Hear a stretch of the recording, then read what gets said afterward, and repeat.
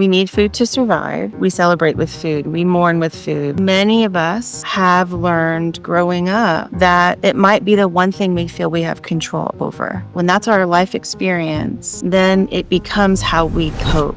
I really wanted to sit down with a therapist and really pick their brain and see how we can help more women that have these struggles with emotional eating, gym intimidation. As humans, we have a frontal lobe, we have our prefrontal cortex, we have a midbrain. The farther we go back in that functioning, meaning how aroused we get in our emotions, how activated we get, our functioning goes into survival mode.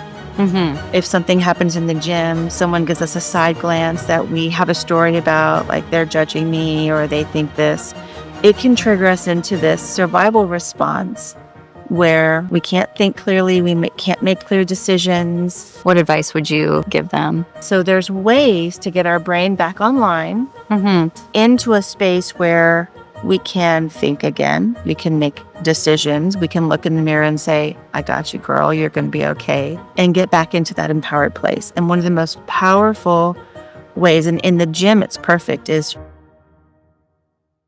Hi everyone, welcome to the Grounds community, and today we have a very special guest. This has been something that's been on our vision board for 3 years. Now, when I first started working out in the gym, I had a lot of gym intimidation. I had a lot of struggles with self-worth. I had struggles with food. And I knew that eventually with Grounds, I really wanted to sit down with a therapist and really pick their brain and see how we can help more women that have these struggles with emotional eating and gym intimidation and not seeing the beautiful woman that they are in the mirror. So without further ado, I'm so excited to introduce Melanie. We are going to be deep diving into all things gym and mental health today. So I'm going to let Melanie talk a little bit about herself and introduce herself. Hello, Melanie. Hi, thanks for having me. Thank you for being here. Very exciting. We're so excited to have you. One of my specialties is supporting women and mothers, and so being here for your community is a real joy for me. Thank you. I'm Melanie Flint, and I'm a licensed clinical social worker. I work a lot with groups, and one of my special areas is equine-assisted psychotherapy as well. So I bring horses into my work, which is a real joy. I was an athlete all my life growing up. I was a swimmer. I was a D1 athlete in college. So this athletic identity runs deep in me and in my family. As a kid, I was also the therapist with all my friends. So through college, this is my second career. I was in the entertainment business, and then I circled back around, and this is really where I belonged all along.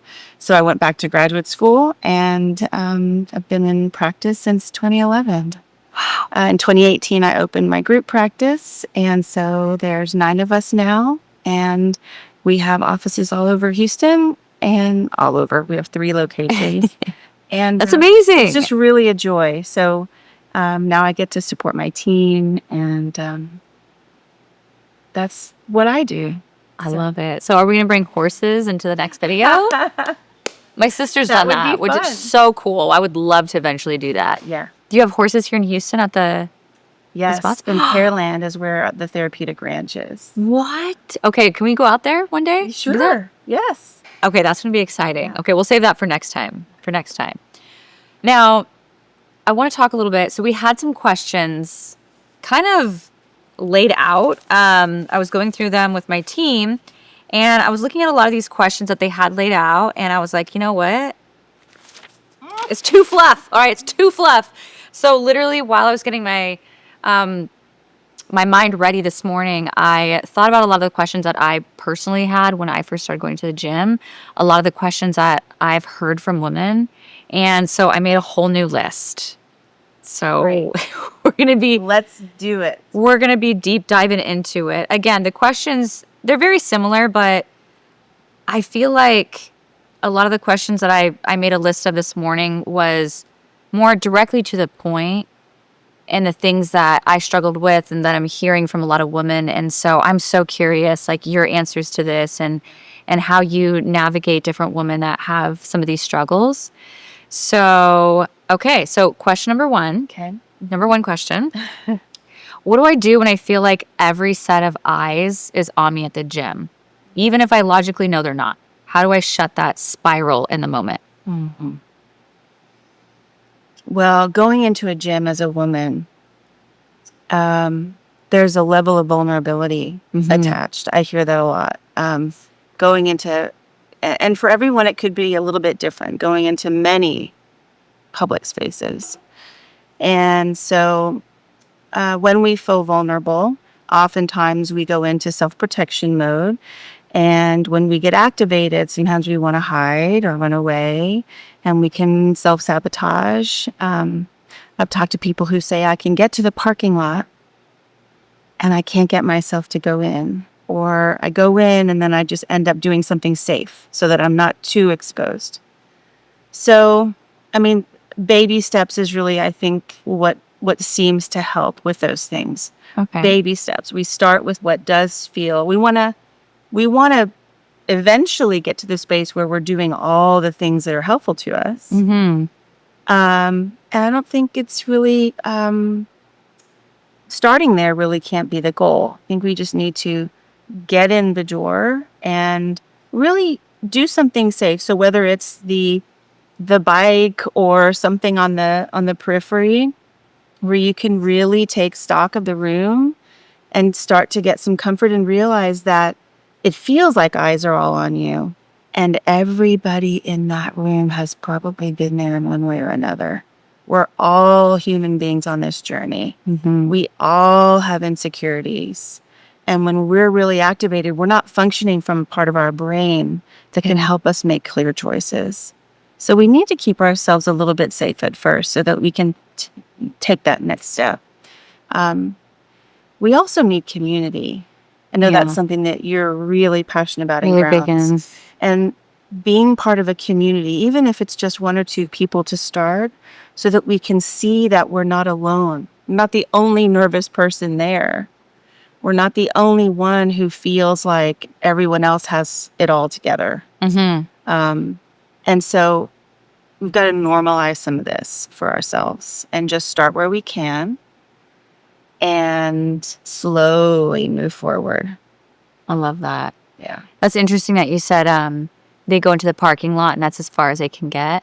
I find that with, I had a needle phobia and I was hearing from some other people, like I could get in the door, but there were some other people like, I can only get to the parking lot. Yeah. I haven't been in that type of struggle. I've gotten to the gym and I've gotten on the treadmill. And, you know, when I first started working out, I was like, I'm so scared to be here, but I could get to the parking lot, get to the front door, and then get to the treadmill for a while. It took a long time to just get in that rhythm of it. I'm curious, if someone is just able to get to the parking lot, what advice would you give them to just get them in the door? Permission that they don't have to do anything once they're there. That getting in the door is the goal that day. So maybe getting in the door, get in the talking door. to someone at the front desk, maybe getting some information, maybe getting a tour, maybe, and then keeping the goals attainable. Yes. Because if our goal is unattainable, that I'm going to work out 6 times this week and I'm going to do these weights, maybe that's true. But if you're not 90% sure that can happen, we need to dial it back. Like smaller attainable things. Smaller attainable goals. We have a habit in our culture, and, you know, we are inundated with advertising, and we are targeted as women to try to be perfect. And if we're not, then somehow we're less than. There's a lot of the social comparison that goes on. Yes. So if we can make our goals more attainable and tell ourselves, okay, I got in there. Now I know what it looks like. At least I know what the front desk looks like. I've peeked in, and I'll be back tomorrow. Now I know I can go in. Yeah. That's a win. That is a win. A win is a win. If it takes a week to get on the treadmill, it's better than never going to the gym and going back to the couch. I love that. So maybe having the goal of like get to the parking lot. Now the next goal could be like go inside and go to the restroom. Right. Go inside and get a tour of the gym. Like having those like baby steps to get them around. We actually created this series on grounds because I felt the same way when you first go and you're like, and what used to help me is I would warm up 10 minutes on the treadmill, and I still do it now because it's like, all right, it's good. You get there, you're able to like rest your brain a little bit, but those 10 minutes on the treadmill sometimes it was like my safe space before I worked out because I could get on the treadmill, kind of look around, kind of think about what I want to do. But we started this series on grounds called Shy Girl.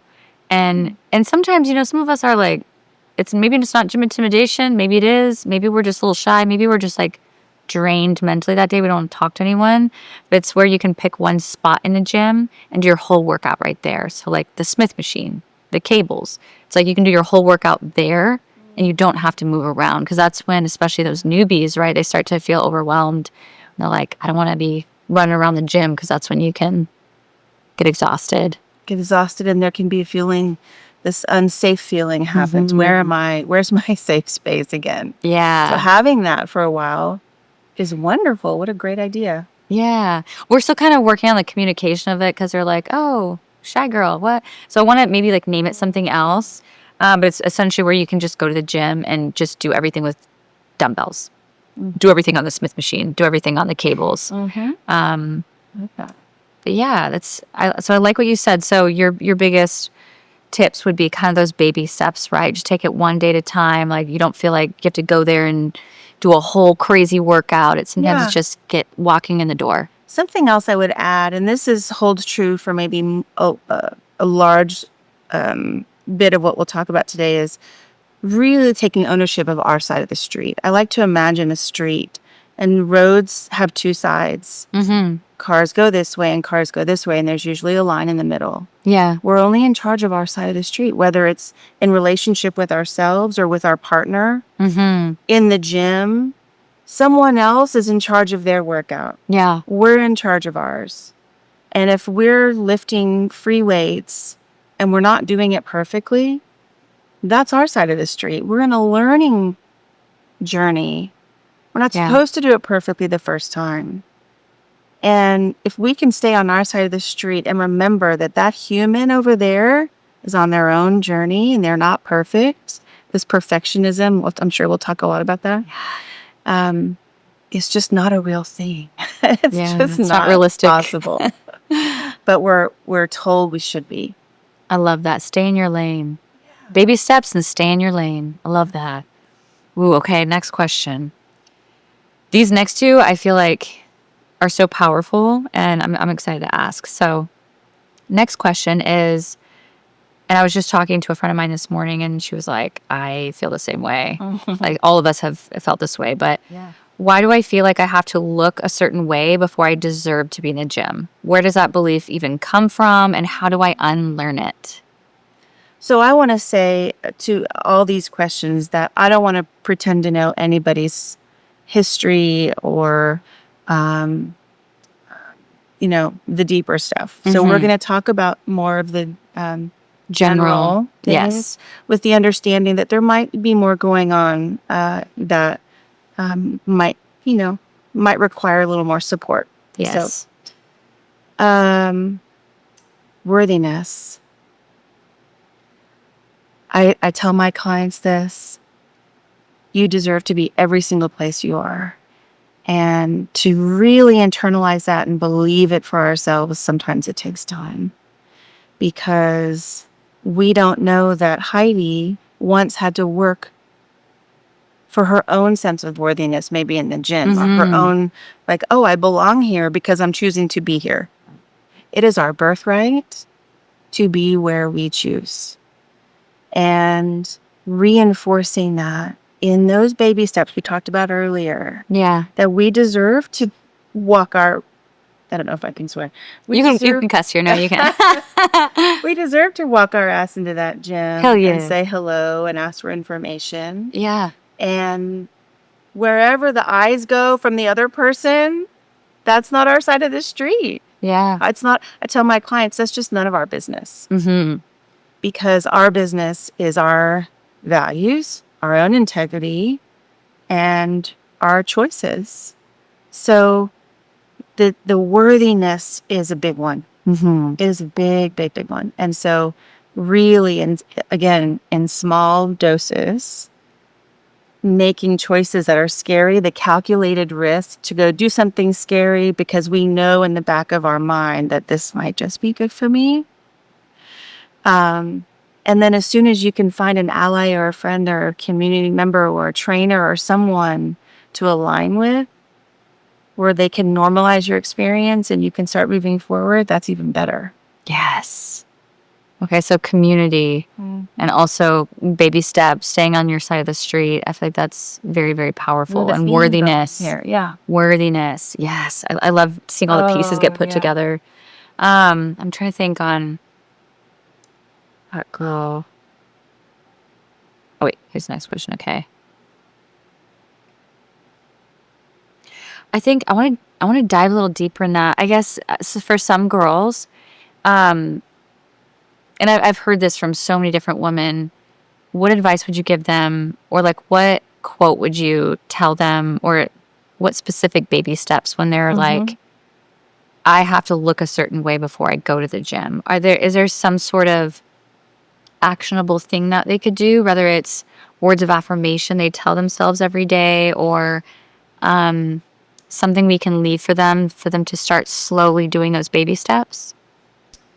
The first thing I would want to ask them to look at is where the story comes from. We all walk around with these stories of who we're supposed to be, what we're supposed to look like, and what makes us worthy in the world or in the space we're in. Yeah. And the first thing I like to do is kind of take apart those stories, because a lot, I would say always, I don't like to speak in absolutes, but they're almost always very untrue. And so if we can pull those apart and really have some awareness around the stories that are informing those judgments of ourselves, then we can start to prove them wrong and take little risks. In the therapy room, we talk about exposures when we're afraid. I tell people the fanciest treatment for anxiety in the world is be afraid and do it anyway. So there you go. You don't have to. Yeah. And if we can, in a calculated way, take those risks and then allow ourselves to sit with some of the discomfort. Again, we're back to the baby steps that comes up, and trust that this isn't forever. It's not going to do me in, because it just like most things, it comes up. We realize we're not going to fall into 1,000 pieces, and we're going to make it through, and then it starts to go back down. But we have to show ourselves, and I hope I'm not too off topic from your... No, I love it. I'm going off on a tangent here. No, I love it. We have to show ourselves and kind of prove to our system that we can do the hard thing, and we'll be okay. Yes. So lean into that fear a little bit. Yeah. With baby steps. I love that. Oh, that's great. Here's one. And I get asked this from time to time. And also, I've been here before. So how do you get over the fear of being the before picture in a room full of afters? Like when you're very first starting. Again, I remember walking to the gym for the first time, seeing all these experts, seeing all these like... There's one time this girl at CrossFit just takes off her shirt. She's just shredded. I'm like, how did you get those? And so what advice would you give to a woman? And I know it's different for each one, right? I think for me, seeing that, I was like, that motivated me. I was like, I want to get that one day. Yeah. But some other people, it might give them so much discouragement. It might actually do more harm than good. So what advice would you give to women who feel like they're a before picture? Again, some of this is our our story of what the before and after picture looks like. So the person that we might be judging who's the after, in their mind, they might still be, and this is something that we may talk about, is this idea of who we see ourselves as. They may still feel like they're the before in the progress picture. So again, we want to just be aware of the judgment and the projection that we're putting on everybody else there, that we are somehow separate because we haven't been going to the gym for 6 months or 2 years. But I promise whoever's feeling this way has done something else in their life for 2 years where they are further along and they might be the after. So giving ourselves the grace that this is an area in our lives where we're learning, we're a student, and we're not supposed to be there because we're here. But we're not a one-dimensional human. In other areas of our life where we've given more focus, attention, time, and energy, we are further along. So with grace and acknowledging our humanity and our experience here, that we're not going to be after pictures in all the areas. And especially as a woman, as we go through life, our bodies change, and that requires a lot of grace. And community, back to the community, and normalizing that it's okay not to be the judgment of what you think the after looks like. Because usually when we feel like we're the one who's not, we're really not as clear, because it's kind of unfair to think of everyone else as being other. They're on their own journeys too, but when we're in that place, we're certainly not considering that. Yes. I love what you said about wherever you put your time and attention, you're further along in that sense. Like someone might feel like they're this before picture because they're just starting something new, but they're probably so farther along in some other area.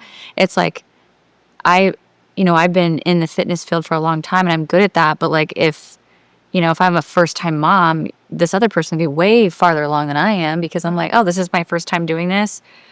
I'm definitely going to feel overwhelmed and like that beginner sense of, when I first become a mom. So I think that's really beautiful what you just said, because I think it helps women realize like, okay, I might not be an expert in this over here, but they're so much farther along in like being a mom, a pivotal part of their family, or maybe they have a career that they put a lot of love and attention to, and they're not one dimensional. So it's like there's so many different layers to them. So I love that. It doesn't define you. Yes.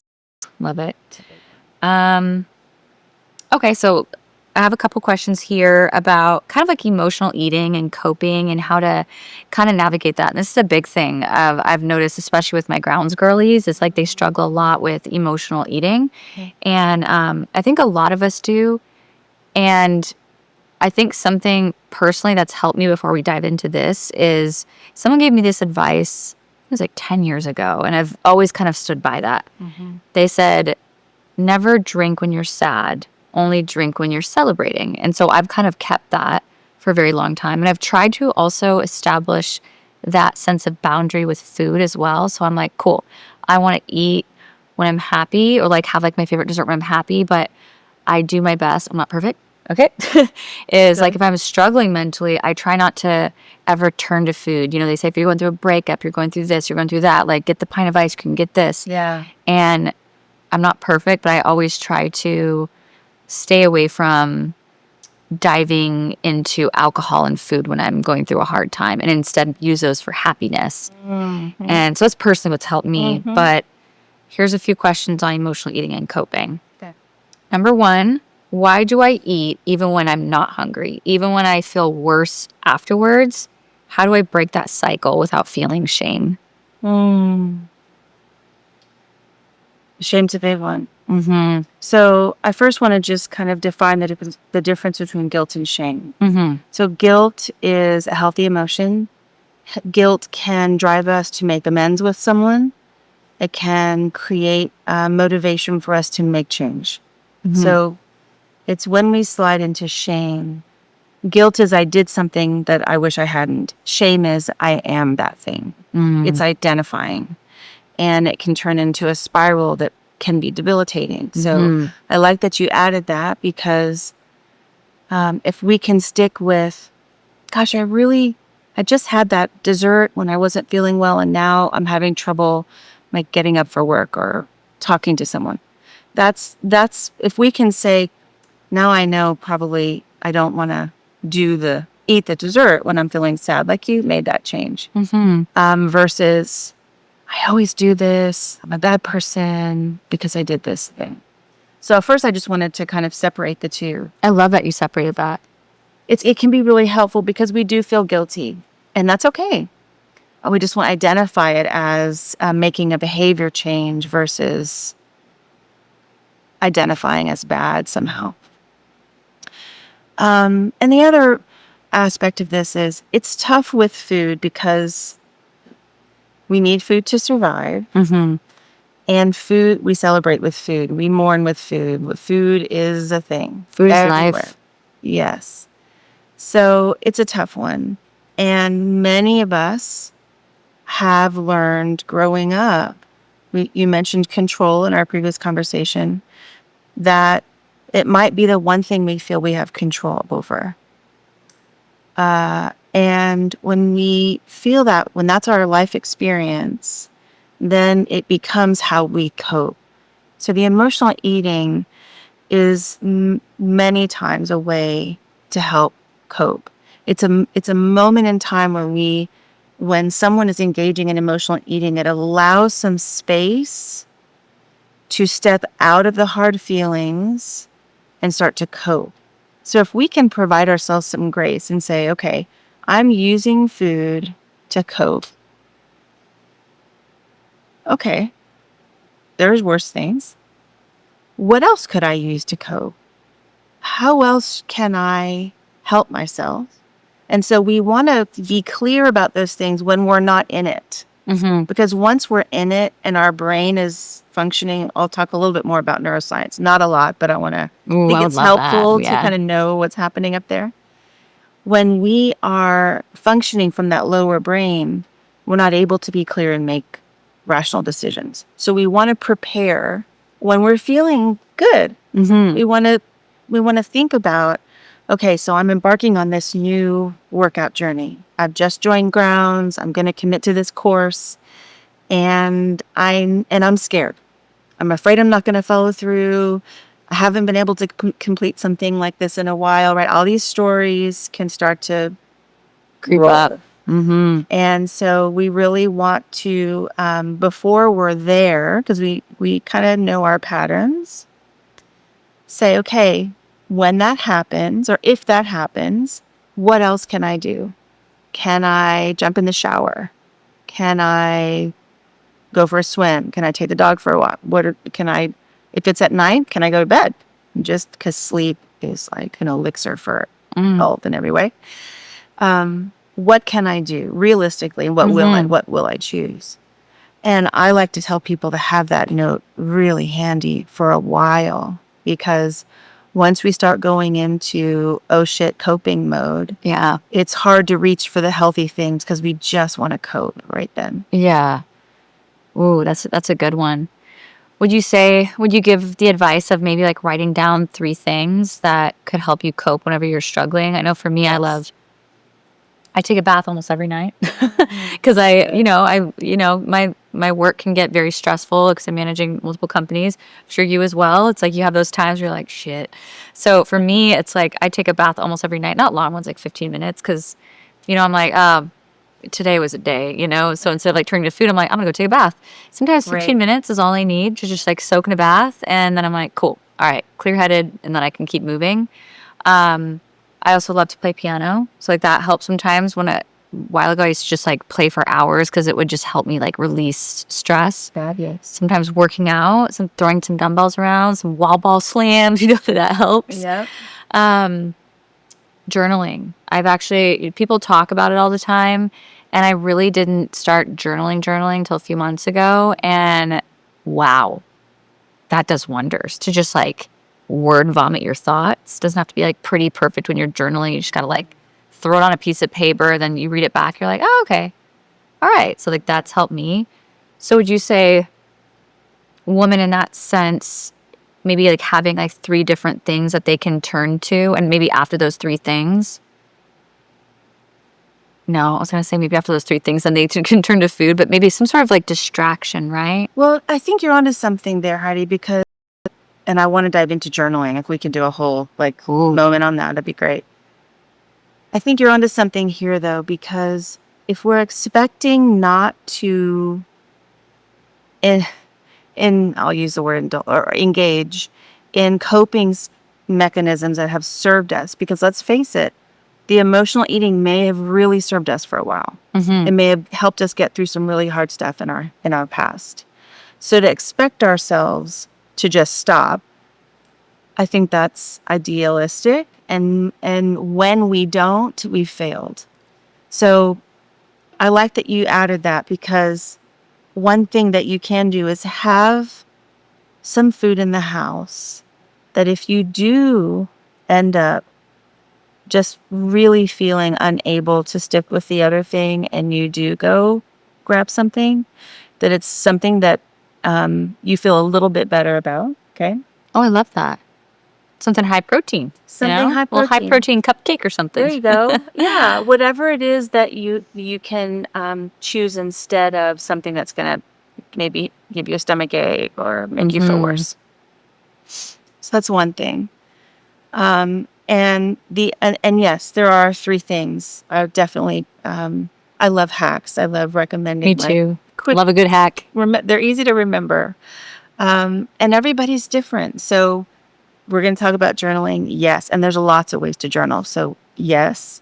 The old CBT mode, so cognitive behavioral therapy, is really good in a situation like this, where if you're in one place in time and you're having one feeling, change it. I don't know if you heard this before, but people used to rubber bands on their wrist and they would pop it if they. Oh, yeah. I don't always recommend that, because sometimes it can hurt, and that's not my jam. But is it almost to like snap yourself out of it? right, Like when just you're to kind spiraling? of redirect your thoughts. Okay. So that's a good kind of example of, if you are in your house or in your car, it's a big place. I hear people, it's easy, especially in our city, to just drive in somewhere and kind of on autopilot. If you're in your car, and you can, you can't just get out of your car.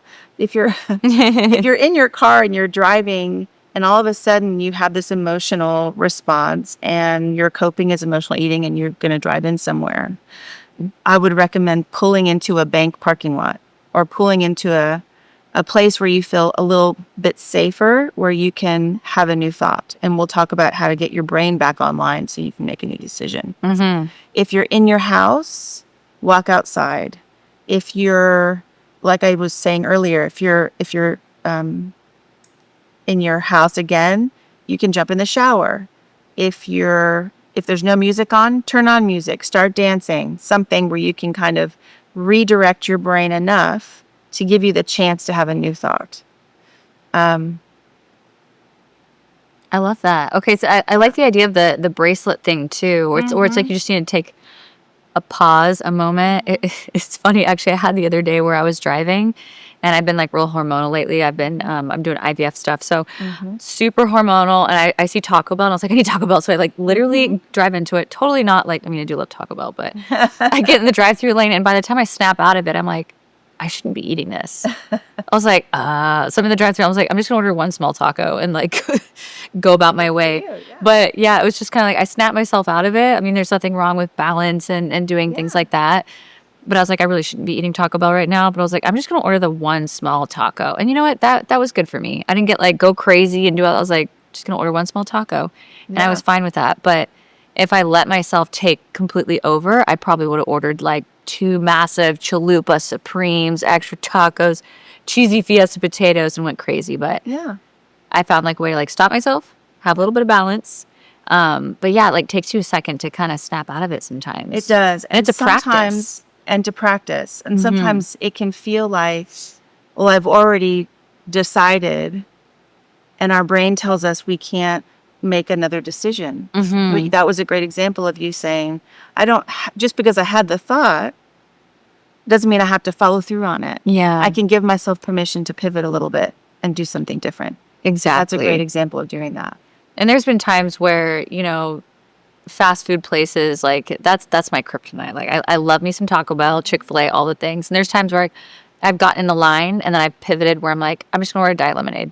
It's kind of like you're in that drive-through lane. It's like you're gonna come up to the window and be like, what? Just kidding. Like, I'm not gonna order food.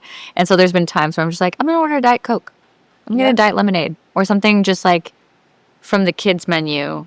So, because sometimes it's not like, it's like having that balance, right? Where, maybe it's an hour drive home. I'm starving. I need like a little something.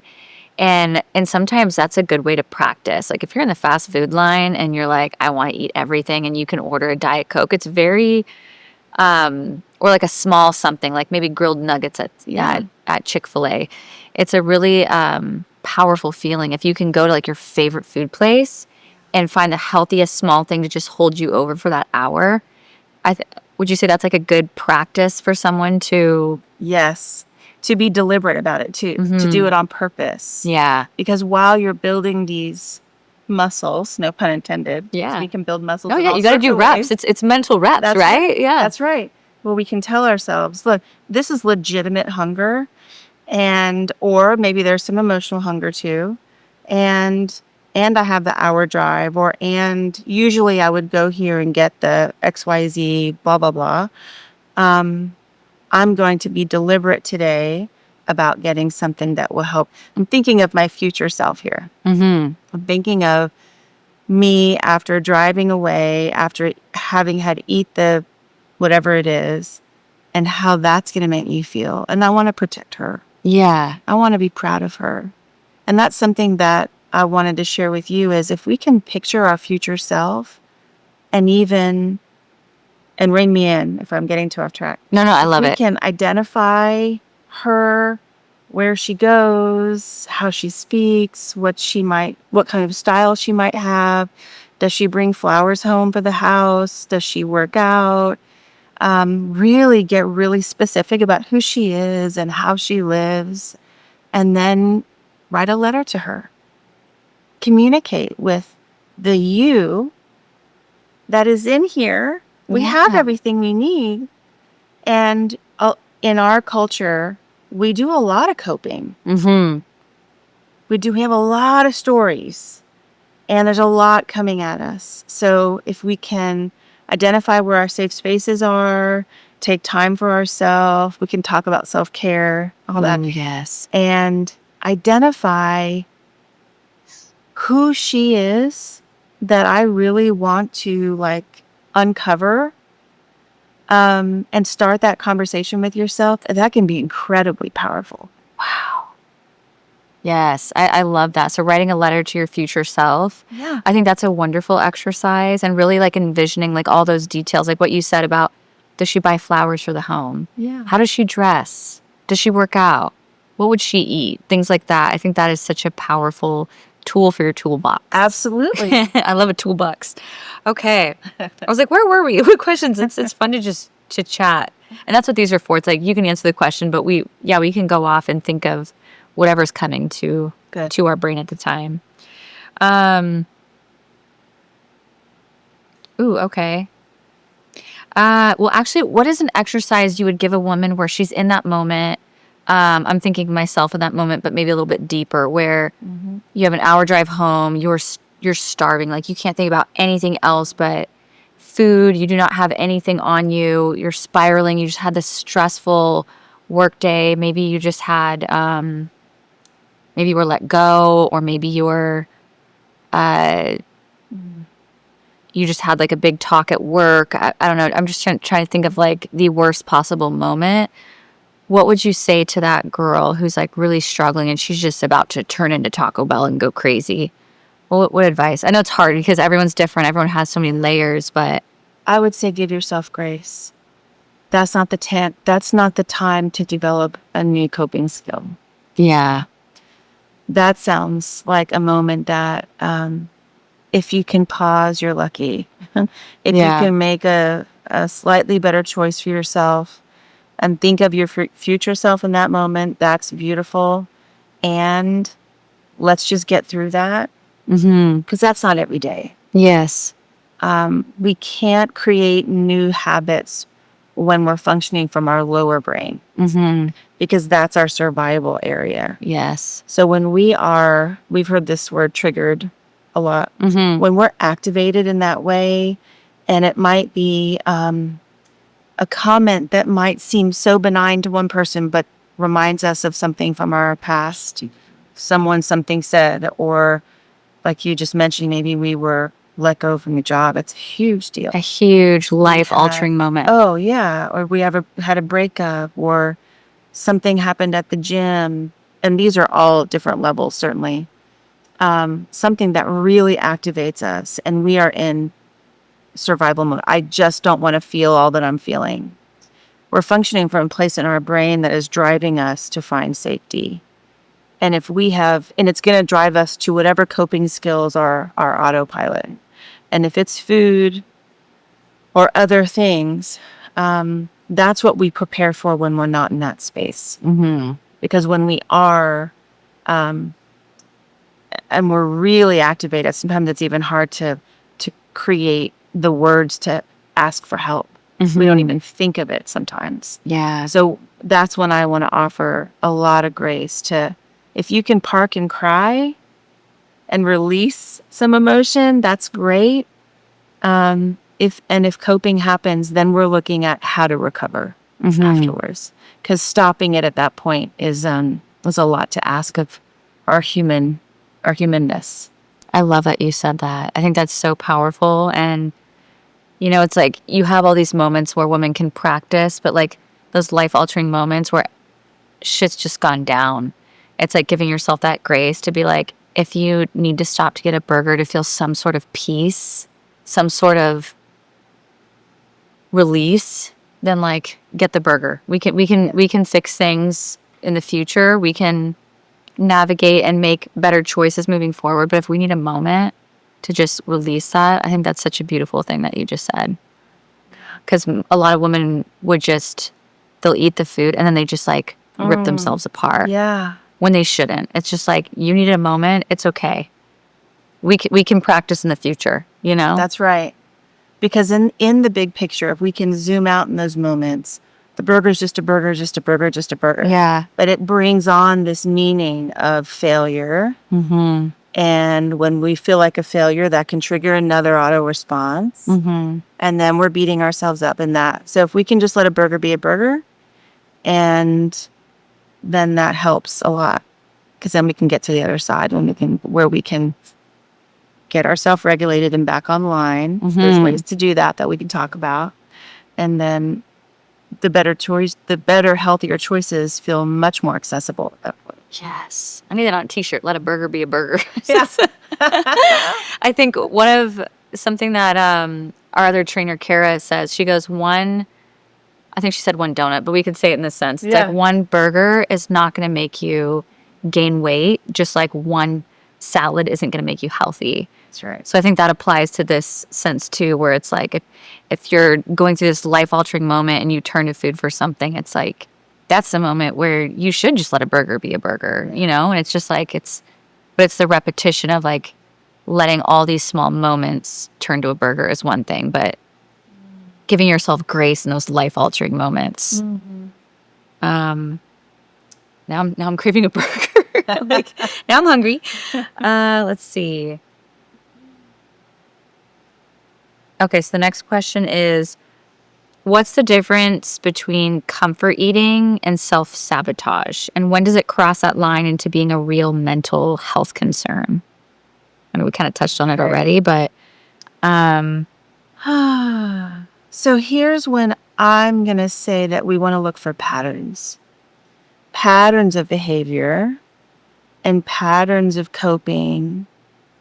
That's when we're looking at more of an issue that we want to slow down and really take a closer look at, versus when shit hits the fan and we get the burger, as an example. Mm-hmm.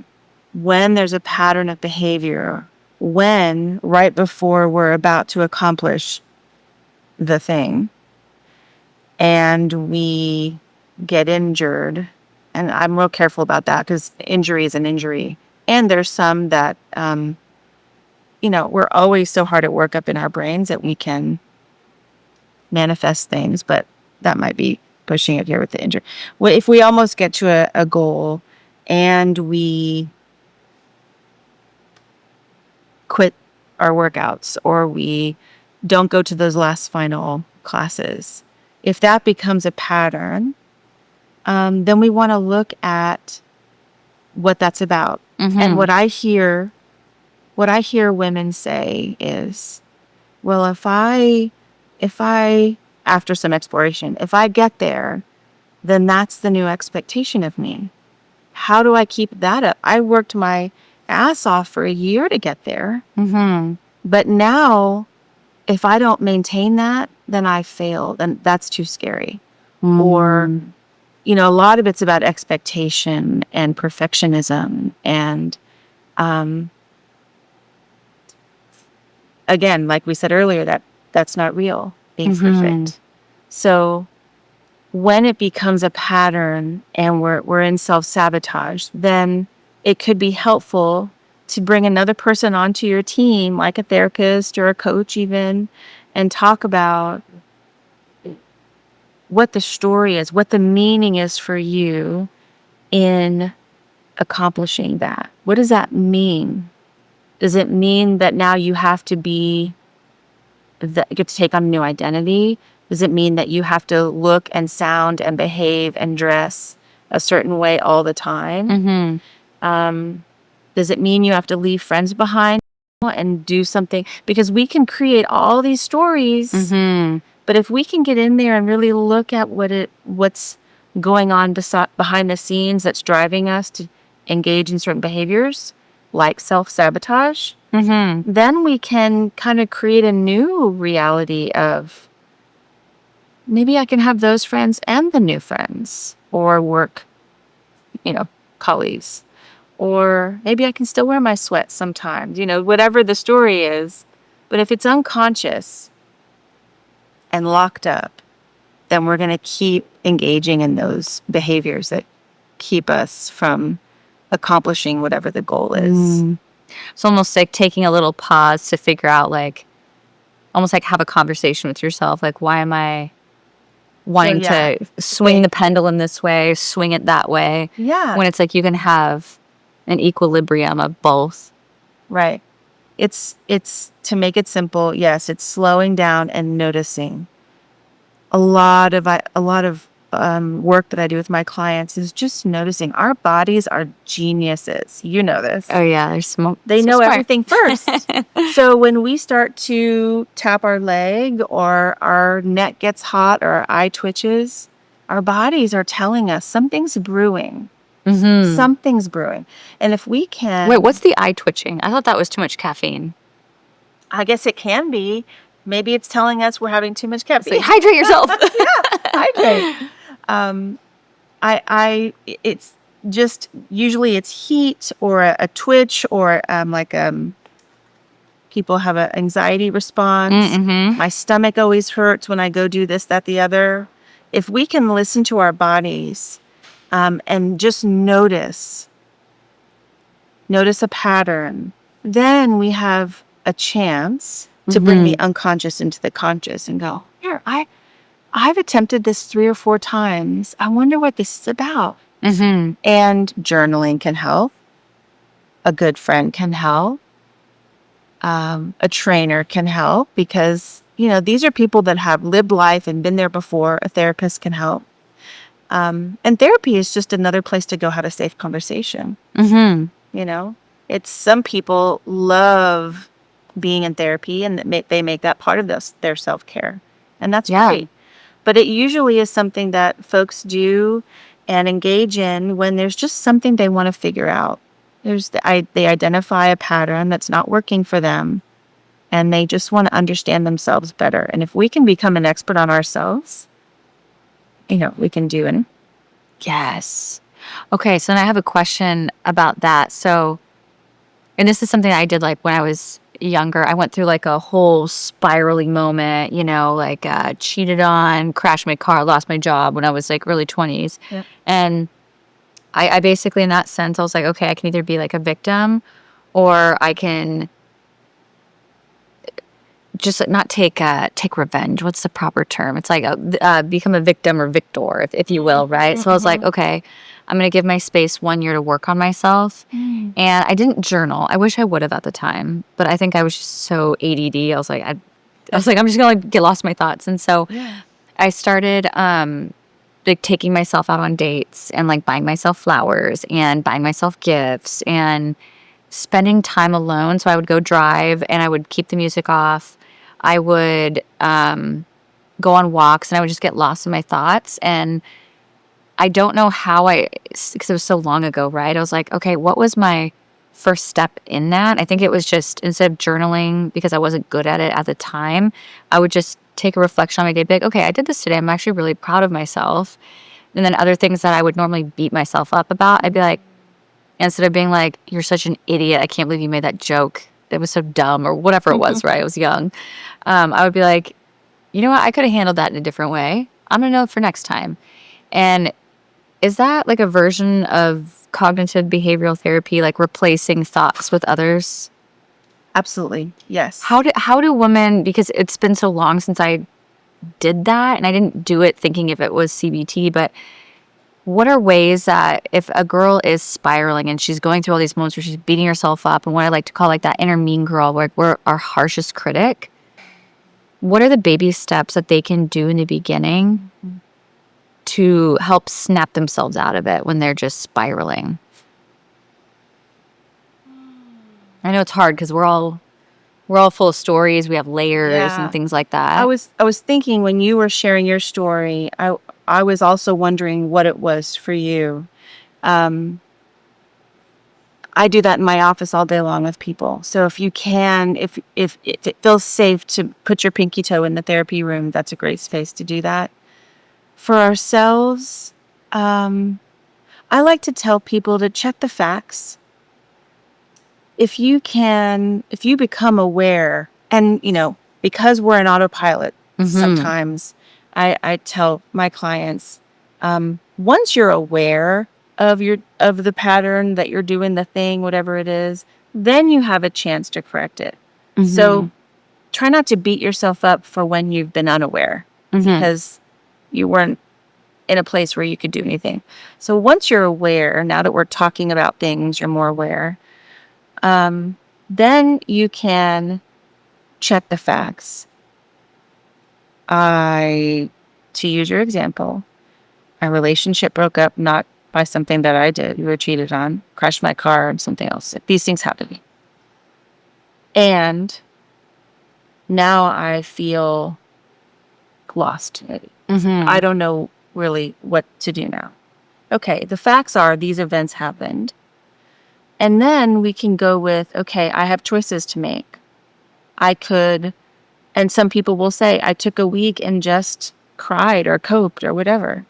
And sometimes we're crossing a river. We've got to get to the other side. So if it's a muddy river, then we just want to try to grab a float so that we're not in the muck too long.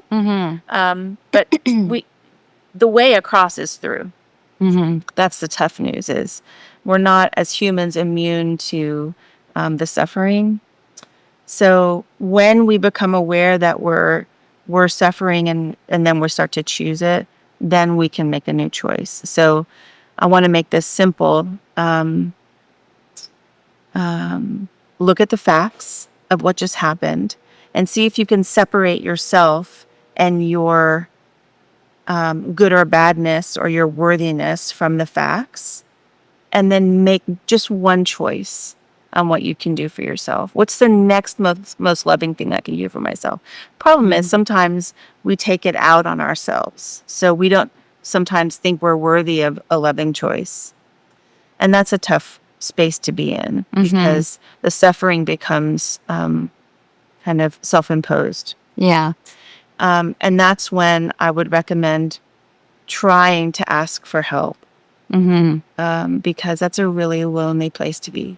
Yeah. And then the therapist helping like undo those layers to figure out coping mechanisms and things like that. Therapist, if you can't reach out to a therapist, that's not available to you, a healthy friend, Mm-hmm. just to get someone else in the know with what you're dealing with, so you can get another perspective or just a lifeline. I love that you said healthy friend, because I'm sure there's a lot of women, myself in the past, where it's like you get advice from someone else who's like maybe a little bit toxic, and you're like, yes, I'm going to do that. And then you're like, bad idea, bad idea. Yeah. I think there's a lot of us that have done that. Yeah. Okay, I love that you said that. A lot of really good tips. Okay. Next question is, why does food feel like it's the only thing I can control when everything in my life feels chaotic? That's a good one. Yeah. That's a tough one. I think one reason is because food's everywhere, like we said before. Yeah. It's just something that we need for our survival. And it's we've kind of given it a lot of power. A burger doesn't just get to be a burger. Sometimes it gets to be a best friend. And so when we can zoom out, because that's a pretty isolating place to be, when you feel like the rest of your life is so out of control. So that's when I would really ask someone to take stock and maybe get concrete about really what's going on in life. What are these other areas that seem out of control? Where have I maybe given up my power and become compliant in those areas? Are there things that I can, they may not be comfortable, but are things that I can release and say no to? Can I free up a little bit of space in my life, in my time, in my schedule, in my heart? Am I around people that inspire me and that I respect? That's a big one. Yeah. That's a big one. That's a huge one. I have another question, actually. I heard this weekend. I don't know how to say this in a more PR way, but so I'm just going to say there's cussing. I hear a lot with women. They're like, I will look in the mirror and they're like, I just see a fat piece of shit. And that's what they say, right? And I'm like, you're not a fat piece of shit. What advice would you give to women who see themselves that way? Or they just like don't see, it's like they make jokes about it, but truly that's how they see themselves. How do you, what advice, what do you say to women that think of themselves that way? Which I'm like, that's the worst. Yeah. And it's almost kind of what you said a little bit ago, where it's not a fact, right? You're obviously not a fat piece of shit. Like, let's be honest. But what is something that they could do to stop themselves from thinking that way? So comments like that don't come out of nowhere. And there's probably a little bit of a history there for someone to have such a punitive self-view. So again, that might be a time, if it's that powerful, to reach out for support wherever it feels safe and healthy. I will ask, there is dysmorphia that can happen, body dysmorphia, where we literally will see, something different than what's in the mirror. And that is something that, therapeutic support can help with, because that is literally, things get switched in the brain. Wow. In a general sense, though, I will have my clients, in a very baby step way, do mirror affirmations that sometimes feel intolerable to start. So we will start without looking in the mirror. But this baby steps towards acknowledging that I'm not a fat piece of shit, that I'm not a piece of shit, that my body is mine and she's working so hard for me. And how can we align so that we're working in the same direction? Meaning my view of myself and my self-determination and this body that's just doing her best to do all the things I'm asking of her. How can we get there from the place of, I hate myself? Like vehemently. That's a strong statement, right? Yeah. I can't stand how I look, and I'm calling myself this terrible name. So we really want to slow that down and help with a lot of grace and look at, well, how can we help you begin to develop habits that can empower your self-view? Little things like I followed through on getting up on time 3 days this week. A win is a win. I mean, yeah, let's do that. Yeah. I had dinner on time twice this week before the kitchen closed at 7 or whatever time we decide. Mm-hmm. You I know, cleaned my house. I swept the floor. learned a new recipe. I showered. Yeah. I mean, it's like all the we're little starting things where we that. start. Yeah. Yeah. I love that. Because we're building a self-view from a place that just needs some healing. There's a lot of healing, I think, that comes. And look, there's a big spectrum of this this really strong I hate myself place to I just can't stand to look at myself in the mirror because this isn't who I was, I think, and this isn't who I want to be. Yes. And so we start where we need to with this and just kind of build in. I like to work with habit stacks so a habit stack in my view is something that we already have routine built in our day that we're not even maybe aware of. So in the morning, we all get up and do something.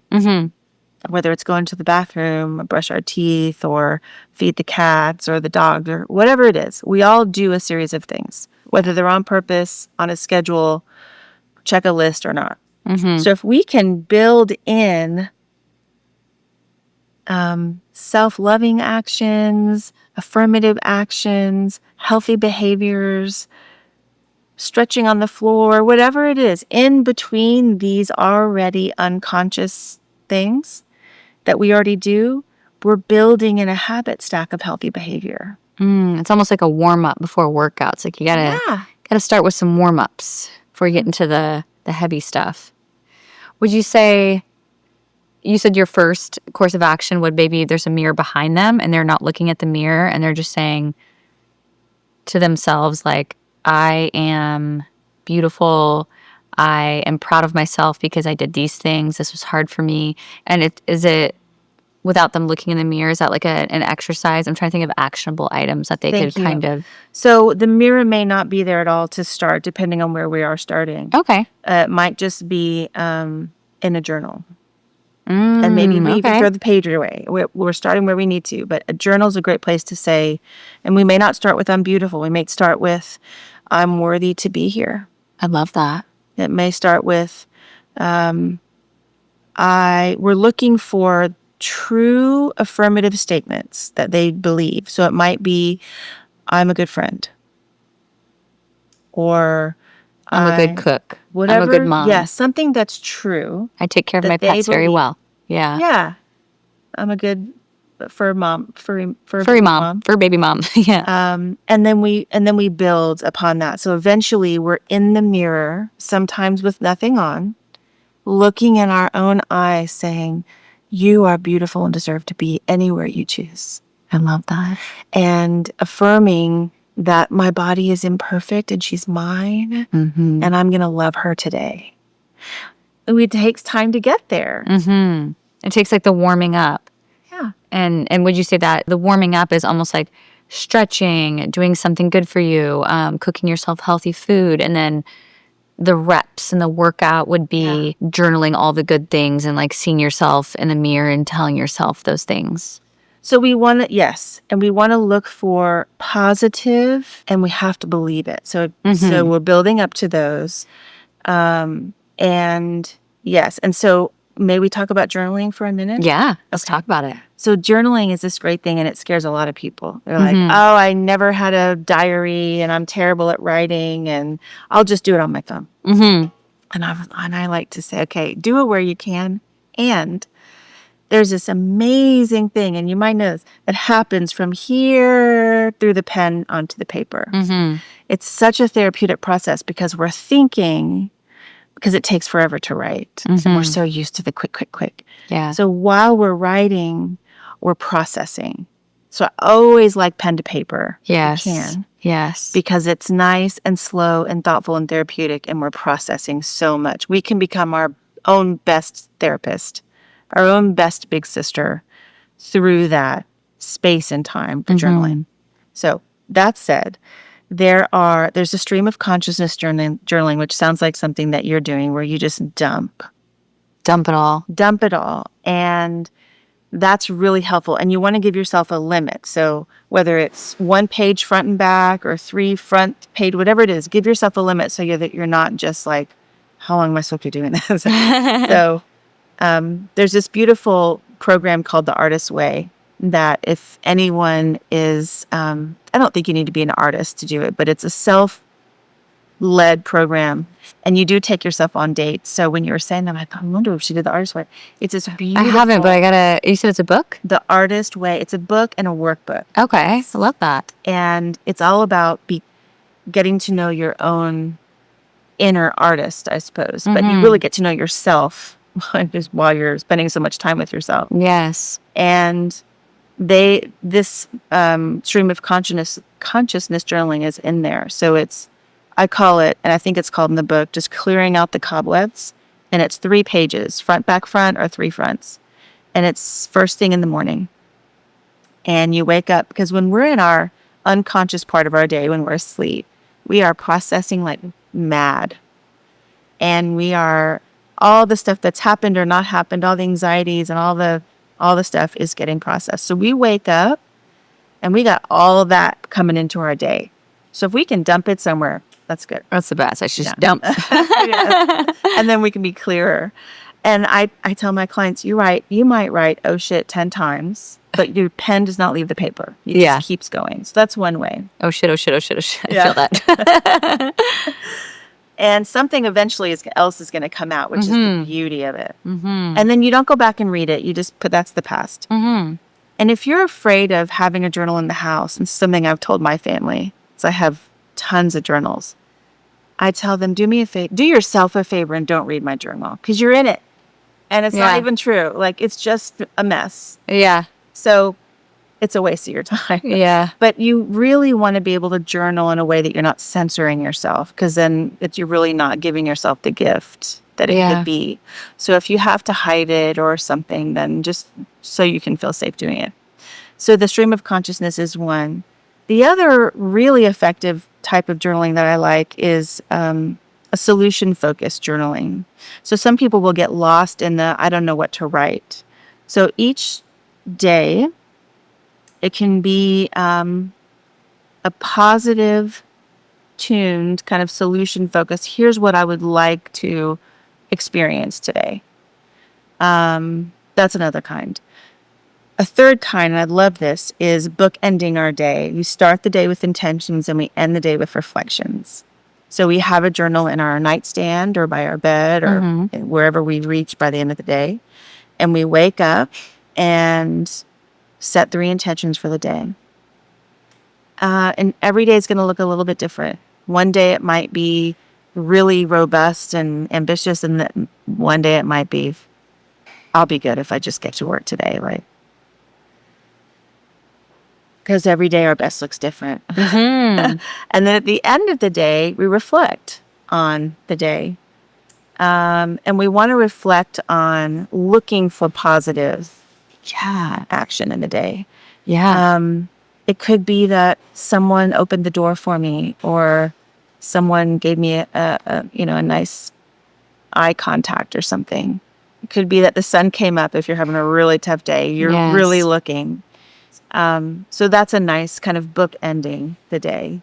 There's this whole psychology built on being positive. As humans, we really settle into naturally by our nature what didn't go right. It just comes easier to us, unfortunately, to most of us. So to be positive, it takes effort. And we can reprogram our brains. So this whole positive psychology idea is based on, or it includes choosing to honor your whole life experience and focus on the positive aspects of it, to be in gratitude. It's not to devalue the hard part. We want to be in gratitude. And that's what that PM, the nighttime, can be helped with. And there's a lot of science around how this impacts your dream state. If you can write your reflections and then think about what you might want to dream about, or what you do want to dream about, if you can do that, then you have about a 30% greater chance of actually having that. Good dreams about it. Yeah, it's pretty high. I love it. So your advice would be in the morning, take your journal out, maybe first thing in the morning, write your intentions. Late at night, come back to bed and kind of journaling about like, oh, I crushed it. I did those 3 things and then some. It's like, heck yeah. Or maybe it's like, hey, had a rough day. I wasn't able to hit all these 3 things, but I was able to do other things that also brought me joy, brought me fulfillment and things like that. I love that. I've never tried that. I'm going to start trying that. It's really useful. And to be clear, the reflections may or may not be tied to the intentions. This isn't because an intention is different from a goal. And so let me share what that might look like. So an intention is let's do a goal first. A goal is I'm going to run 3 miles. Easy, not easy. It's concrete. An intention would be I'm going to move my body today. I'm going to follow through on that movement. So you can do it wrong, but it's hard. Like even if you don't go for the 3-mile run, you could do some yoga, you can stretch, you can go for a walk, but you're moving your body. So you want to be able to, there's a lot of grace in those intentions. Okay, so intentions are more a little bit of a gray zone where it's like, I'm going to move my body. I'm going to shower, or like just like light intentions that are easy to hit. Late at night, you come in with like all the things that you're proud of, that you Positive reflection of those intentions. Okay, I love that. Yeah. I'm gonna start doing that. Sometimes I'll do that with my journaling lately. Is like in the morning, I will kind of be like, oh, this is how I'm feeling this morning. And then later, I'll be like, oh shit, I'm feeling like shit now. I was like, by the end of the day, yeah. But then, it's like you start off like so happy in the morning, and but I've never done that with starting with intention and then following up with what did you say it's called? Reflection. Okay, intention and then reflections. I'm gonna try that. I'm excited. Okay, let me get to this next question. Yeah. Ooh, these are good. Why do I tie my worth so much to how my body looks? And that's a lot of women. And I think it's due to this whole perfectionism. Like this is what beauty is. This is what perfectionism is. How do we unlearn that? And I know there's layers there, right? Well, you're doing a great thing you're helping by your efforts here at Grounds. Women supporting women and helping to devalue this idea of perfectionism is huge. So as an individual,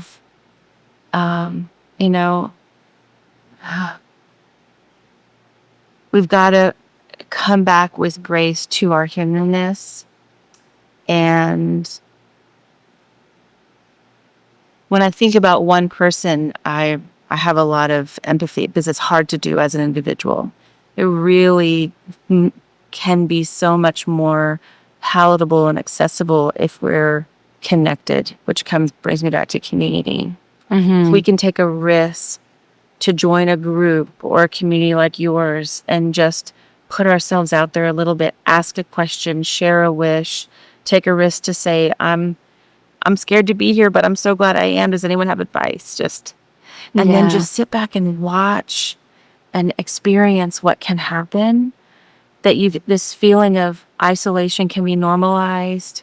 Excuse me, not isolation, but that you're being a part of the group and your experience of not being perfect is normalized because none of us feel perfect. And that everyone's on this journey. So being a part of something, and sometimes that can be really scary. Like, I'm too scared to reach out and ask for help. But gosh, being idealistic in our culture. I'll tell you, when went back to graduate school and took some sociology classes, I learned a lot about being a critical consumer. Mhm. And I talk to my clients about being critical of the world around us, really challenging views and asking questions. And that even goes for ourselves, asking ourselves, I wonder why, with curiosity and not shame-based and punitive-based questioning, judgment. I wonder why I feel that way or expect that of myself. Would I expect that of my dear friend Heidi? Would I expect her to say X, Y thing or do X, Y, Z thing? Probably not. Most people I talk to would say, hell no, I wouldn't. Would never do that for a friend. I would Yeah. never say that to her, but I say it to myself. So we really start to explore I wonder what's driving this. And bar trauma, and then we need to really get support because, look, a therapist in the room really just helps you kind of dig deeper in a safe space where you're held. And then we move forward, and then, you're off again. But bar any big T trauma, we all have little T trauma in life. We can really start to question, gosh, do I have to believe that? Or am I going to choose to believe? And then talk to your girlfriends. Talk to your sister. Take a risk to join a community like Grounds. Or anyone that's watching probably already is hopefully a member of your community. Because you quickly will find out you're not alone. Yeah. We're just not. A lot of girls are just so... I like that you brought that up because I've talked about that in videos where, when I went through my phase of learning to love myself again and doing all those things, what helped me is, when I had those moments where I was beating myself up, I was like, wait a second, no, it's one, those are not facts, like what you said. And two, I would never speak this way to a girlfriend of mine. So why am I doing it to myself? And I think that really helps a lot of women when they think of, oh, would you say that to yourself, or would you say that to your best friend? They're like, no. And it's like, well, why are you saying it to yourself then? If someone said that to your best friend, what would you say? They would pop off and be like, nah, no, like, don't talk to my friend that way. Right. So it's like we almost need to do that for ourselves in the sense of, if you're beating yourself up, stand up for yourself and be like, no, I'm not those things, just like you would your best friend. Right. I like that. All right. I have so many questions. I'm like, ooh, I'm going to be picky and choosy because I know we only have 20 minutes. So let me see. Here's a good one, and I'm going to share a little story. So the question is, what do I do when a past trauma shows up in the gym with me? Like a comment someone made, a memory of being bullied about my body, and suddenly I shut down. There was one time where I had gained a good amount of weight in college, and I was like, okay, I'm going to start working out, eating healthy, and after some time, I did start losing weight. And I remember, like, one of the first times I put on a swimsuit, I was like, oh, and I went to this party, everyone was there, and I remember this guy was like, oh, you have a nice face, but your body needs work. And I remember being like, ah, like, just like, I'm already vulnerable, I'm in a swimsuit, and I feel like I carried that for a little while because even though I had got to a point where I was like, I'm so proud of myself, it's like one comment could just shut you down, right? And so now it's like, obviously I healed from that a long time ago, but what advice would you give to maybe my younger self back then, but also other women where, I've heard heartbreaking stories where they've been told by an ex or someone that they loved, or like maybe an ex-best friend, like they've said all these awful things to women, and it's like sometimes they carry that into the gym. What advice would you give them?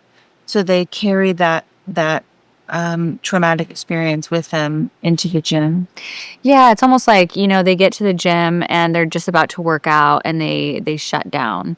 I didn't get to that point where I shut down, but there are some women who get to the gym, they start working out, they look at themselves in the mirror, they're looking at form, and they're like, they just shut down because they start hearing those comments that men have made about their body or like someone that they care about. Okay. What advice would you give to them? There's so much to say on this topic. Yeah. And I want to be so concise. There's two actions that I would recommend in that very moment. One is turn away from the mirror. and start talking to yourself. I am taking care of myself. I'm not perfect. So I'm in this gym for me. And I like, in a gym, you're doing a lot of repetitive movements, which is good for brain regulation. Which I do want to come back to before we end. If you can tolerate it, at that moment, I would zoom in on your own. If you're in front of a mirror, or find a mirror and look yourself deep in the eyes. And with whatever language you need to say, that I am here for me. I'm taking care of myself. I don't deserve that. And I'm going to kick ass too. Hell yeah. Right, as deep as you can get. Because if you can respond to that type of just bully behavior and negative treatment with conviction and passion for yourself, takes a lot of energy.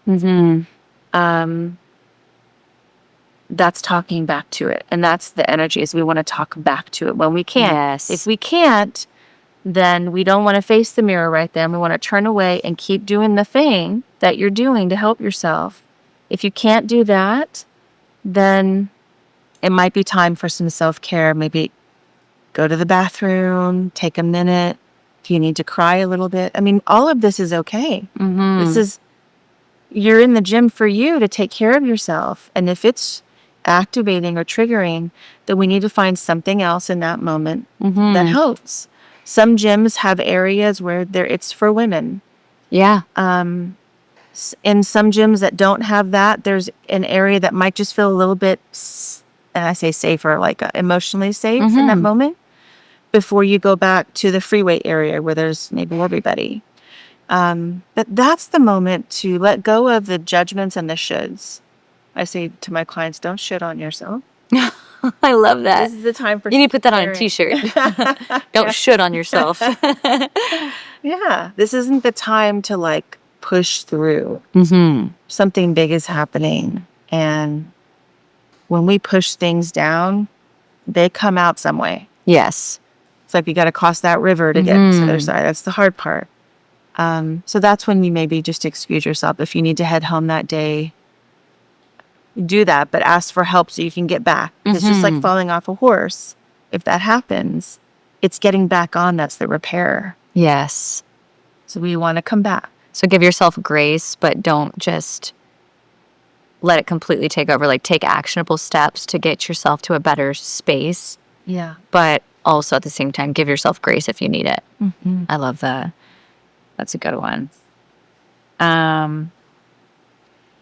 How do I deal with the shame of feeling like I'll never catch up to other women who are in better shape than me?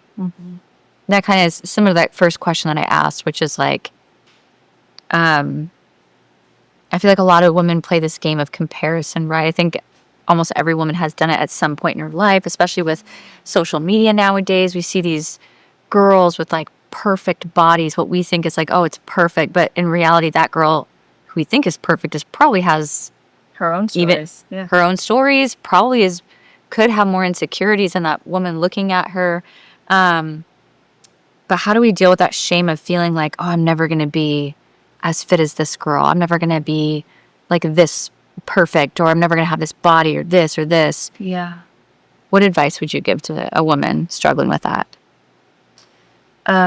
First thing I would say is become aware that you're telling yourself a story. And whatever the truth is about you and them is only true in this moment. In the factual way. Whether you're not on that machine or you're not wearing that outfit, whatever is the truth, or I've been working out for 2 years, it's true right now. And release a story about what it means. It's the meaning that gets us in trouble, the meaning that we put on it. I'm never going to be her. I'm never going to look like her. I'm never going to be that, whatever judgment we place. That's the meaning we base on facts, and that's where we get ourselves into trouble. Social comparison has been around from day one. And here's the real, it's troubling because many women, humans, will find ourselves on the losing side We're going to find someone who has the thing we want and judge ourselves compared to them. So we lose. Sometimes sometimes when we are in that loop of social comparison, it also works in our favor, but for a much shorter time if we're on the winning side. So for example, if you're driving your car and you feel really good in your sunglasses and you turn over to the car next to you and they're not wearing whatever sunglasses, and you feel like, oh, but I've got mine on. Well, you won that social comparison, but as soon as you look forward again, it's gone. You're looking for the next thing. Or maybe in the gym, you've been working out for a little while and now you feel good in your outfit. If we're stuck in that social comparison loop, we're looking for who I feel better than now. So we want to always come back to, we're all on our own journey. How can I align with, and I don't like to split my clients or my ladies in two, but there is a way of connecting with ourselves where we can have conversations with ourselves. Just like writing a letter to our future self or to our own body and letting her know, like, I see you and I realize I've been really hard on you. And then maybe have her write a letter back to us. And we can hear from her that she's been working really hard. Yeah. And I mean, I have heard amazing knowings come from women when they have sat down and heard. And this is all coming from us, but we haven't allowed ourselves to unlock access sometimes to this part of ourselves that is really usually our younger self saying, I'm trying to please you. I'm trying to be good for you. And it's incredibly powerful. So I'm trying to get back to your question. Oh, no, you're good. I was like, oh, I love this. This is so powerful. I've never thought to, I was thinking about it actually the other day of like how grateful I am for my body because, you know, she's been doing all different things. But I definitely want to encourage the girls in the community to write themselves a letter, maybe even like their body right now, their body in the past, their future body.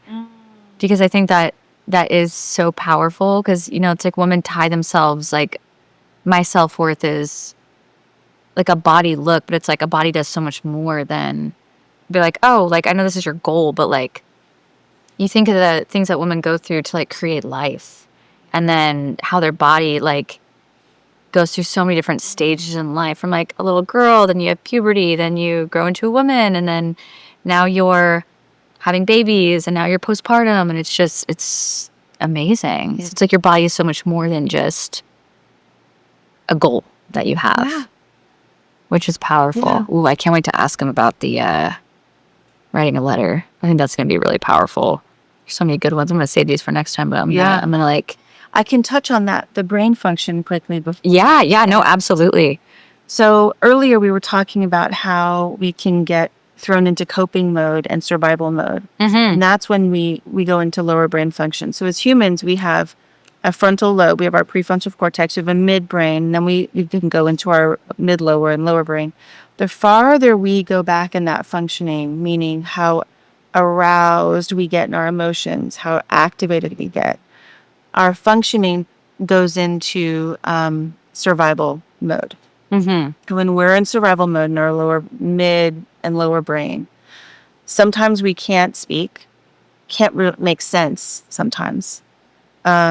If we're really far back there, we really can't, the signals aren't being sent to our body. But even if we're just in the mid-lower brain, if something happens in the gym, someone gives us a side glance that we have a story about, like they're judging me or they think this, it can trigger us into this survival response where we can't think clearly, can't make clear decisions. And so there's ways to get our brain back online and into a space where we can think again, we can make decisions, we can look in the mirror and say, I got you, girl, you're going to be okay. And get back into that empowered place. And one of the most powerful ways, and in the gym it's perfect, is rhythmic, repetitive movement. So if you're lifting free weights, keep doing it. Keep doing it on purpose. If you're in a social situation and it happens, you can just slowly tap your leg. Kind of like a Rhythmic, repetitive. self-soothing. Absolutely self-soothing.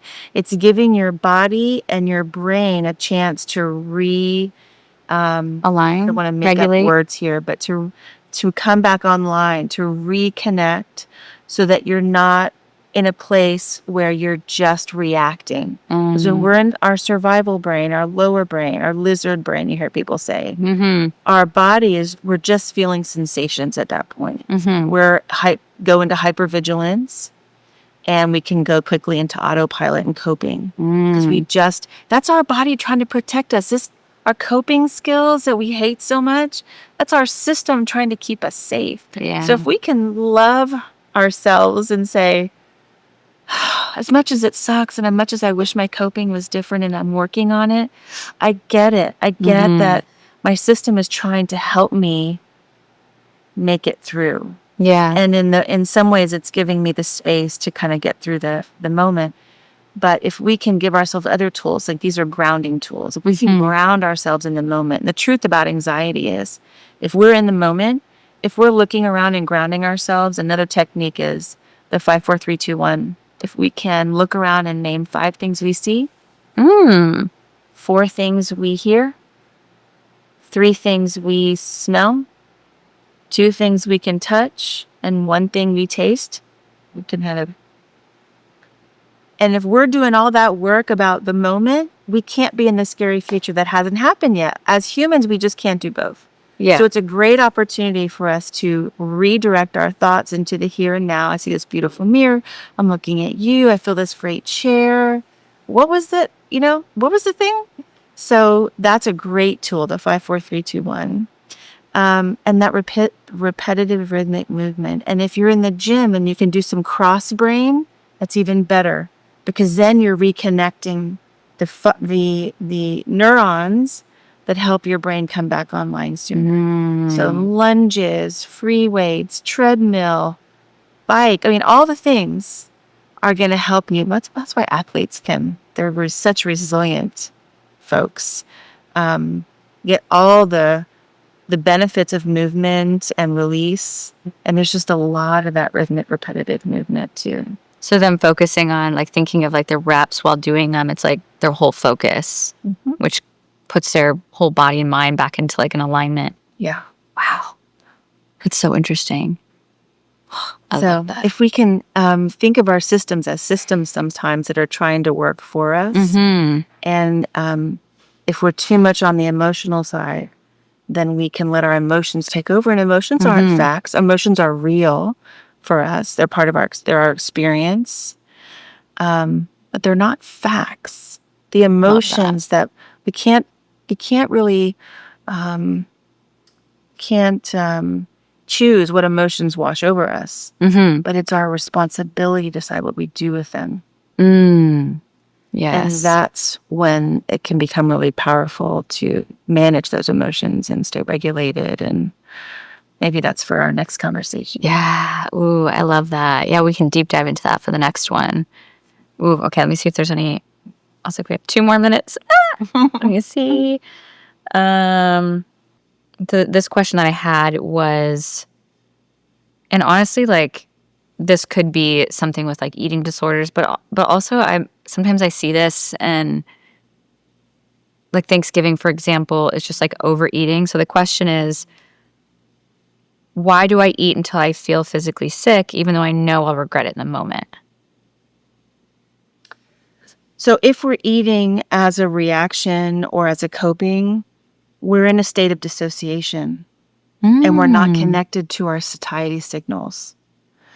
So that's why if I have a client who is an emotional eater, we'll talk about plating our food, on purpose when we're clear before we've eaten or are eating. And even if you go through a drive-through, if you're going to eat a burger and fries, then that's what you get and that's what you eat. You're not going to go back again because you've decided this is what I'm going to eat. And it's not always perfect, but plating can be really helpful because then you're not going off your satiety signals. Dissociation is when we're not connected to our conscious thought, where we have slipped into a lower region of our brain where we are in coping. And that's usually, it can be disordered eating, or it can be sort of an eating disorder. Again, we're looking for patterns. Okay. And for eating disorders, it is pattern behavior over time that tells us, okay, so we just need a little more support around this to help identify how we're using food to help manage life. What about people that just love food and it's not that they're maybe coping with anything, but I've seen this sometimes, and honestly I've seen it in men sometimes where they just get so excited to eat and they'll just eat and they're just like, instead of coping, it's more like they're just so excited they don't know when to stop. And I've heard that in women too. Sometimes they're just like, okay, I just love food so much. It's almost like an addiction, maybe, where they're just so obsessed with food. They're like, I will be eating breakfast, already thinking about what I'm going to eat for lunch. And maybe that's a disassociation because they're already thinking about lunch when they're eating breakfast. They're not like present in the moment. I know that's a tough question, but I guess, what are your thoughts on that? Well, there's a hyper focus on food as an activity. Instead of, food as fuel. And look, food's fun. And we do celebrate with food. Thanksgiving is like a food thing. And when we go out to watch a game or whatever it is, it's exciting and we're not always aware.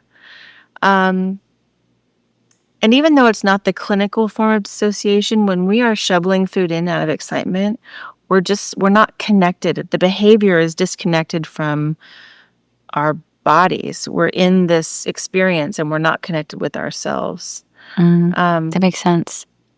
How do they It's a tough thing. Yeah, what advice? I know that's probably definitely something where a therapist can help them and maybe it's baby steps and things like that. But what advice would you give to them? Is there something actionable they could start with while they're looking for a therapist? The plating is really, if you have food on your plate that you've deliberately put there, then you're protecting yourself. Now, if you go back for seconds, that's a thing that can happen, but at least this is what I've chosen to give myself so that doesn't happen.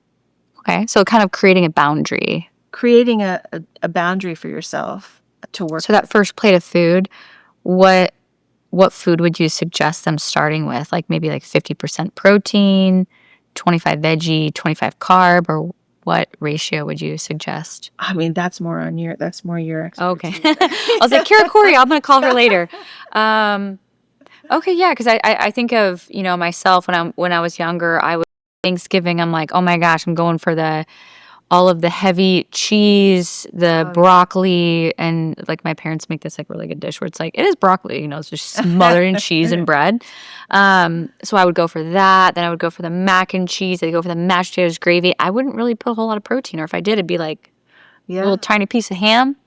But protein now can be so satiating. Yes, for sure. So now it's like when Thanksgiving comes, I have this good boundary. It's like, yeah, I'm going to have some mashed potatoes and the cheese broccoli. I definitely have that. But instead of it taking over my entire plate, I make the boundary of like, okay, if I have my plate of food, I want like 50% of it to be like a good amount of proteins and then some veggies. And then, I do leave some space for those other fun foods. It's Thanksgiving after all, I like that. So it's like if they go back for seconds, they go back for seconds. But let's start with like a good, healthy boundary plate of like, let's fuel ourselves first. And then go in for some fun. Yeah, if that's this is how much I know I can eat to feel good, it creates a pause. I like that. Before making that next choice to go have more or go play a game of football first or whatever you're available to do in your brain at that point. I like that. I think that's a really good boundary because I've also heard people being like, oh, like just drink a bunch of water in between the food. But if you've already made that decision of what's on your plate, then you're going to eat it regardless, no matter how much water you're drinking between bites and stuff. I'm kind of like, that's not going to do much for me. Like, I'm still going for that cheesy mac. Yeah. Plating is powerful. Plating is powerful. Mm-hmm. Ooh, that's need that on a t-shirt too. Yeah. We got lots of t-shirts. Okay, well, we are over time. Thank you so much, Melanie, for being here. And My pleasure. I enjoyed our time. I could talk to you for another 2 hours, but I know you're very busy and you have to head back. So thank you for being here. You're welcome. And I hope to have you back very soon. I know that a lot of the grounds girls are going to really appreciate having you, your expertise, all of your tips, and maybe next time we do it with some horses. And I'll be in the community too. Yes, yeah, you can chat into the community. We'd love to have you there. So thank you so much, and we'll see you back soon.